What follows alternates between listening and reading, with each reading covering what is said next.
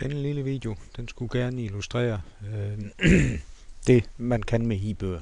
Hvis man går ind på det link, som I har fået, og logger ind, I logger selvfølgelig ind som jer selv, skulle man gerne kunne komme ind sådan der. Det I kommer ind på, det er jeres forside, som ikke indeholder lige så meget, som det min gør. Jeg har selvfølgelig min undervisning herinde. Hvis vi vil tilbage til forsiden efter at have rodet noget rundt, så er det bare at klikke der op på forsiden. Det vi skal ind på, det er jo e-bøger, og det ligger inde under bøger. Og som I kan se, så har jeg oprettet en e-bog her, som jeg kalder testbog, og den har jeg faktisk offentliggjort. Men det man kan, det er, at man kan gå ind under egne e-bøger og oprette en e-bog her. Gør man det, så kan man vælge e-bog, hvor man bare uploader en pdf-fil, eller en e-bog. Og den kører man direkte igennem. Jeg vil ikke gå den vej igennem, fordi jeg har sådan set oprettet en, og det kan vist hurtigt give en hel masse rod her, hvis man laver for mange. Jeg har ikke fundet ud af at slette dem endnu. Det er en af de ting, vi skal have kontaktet dem med. Men hvis jeg siger redigere her, så er det faktisk som når man kommer igennem de faser, der er.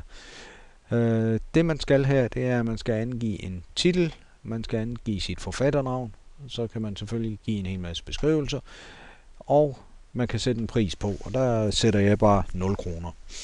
Og så har jeg lavet sådan, så jeg gerne vil have, at I opretter dem inden for multimediefaget, så har vi dem liggende og rodet et bestemt sted. Når man har indtastet de oplysninger, der kan man jo lige sætte et flueben. Det er den, der gør den offentlig, sådan så andre skoler kan se den også. Så indtil videre, så roder vi bare med den. Vi går ind og siger gem, og hvis man skal arbejde med og redigere med e-bogen, så er det heroppe, redigere e-bog.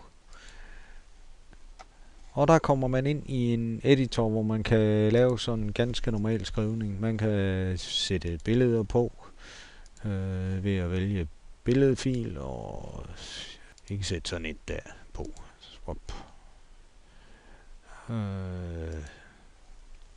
Sådan, så er der et billede på, man kan sætte noget tekst. Der er mange muligheder for at redigere.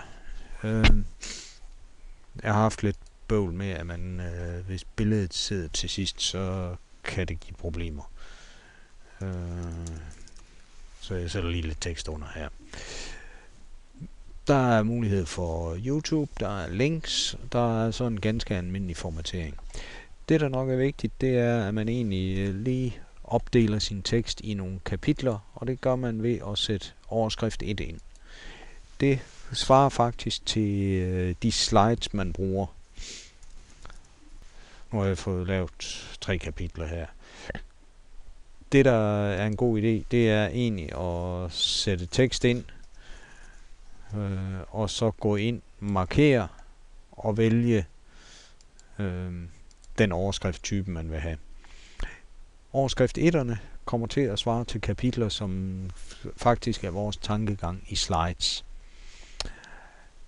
Der ligger også noget, de kalder quiz, som er det, der er vores test. Det er ikke så udbygget endnu, men det er en af de ting, vi skal have dem til at redigere i. Det er sådan set meget kort, hvad man kan herinde.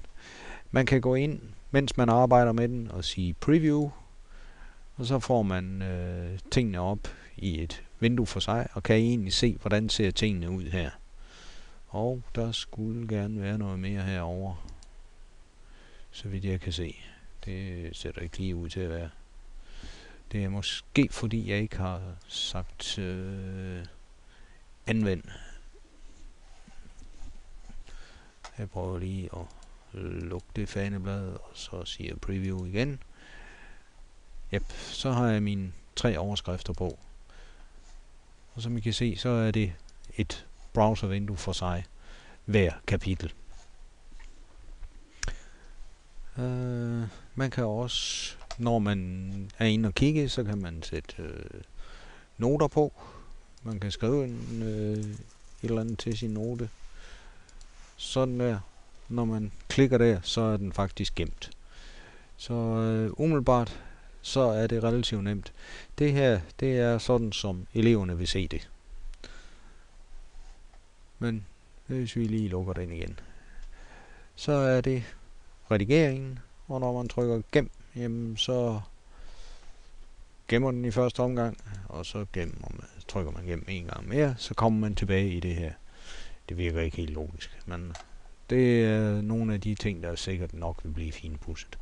Man kan redigere videre, og når man så er færdig med at redigere det, man gerne vil, jamen så kan man gå ind og offentliggøre den der, og huske at trykke gem. Det er sådan en af de klassiske fejl her.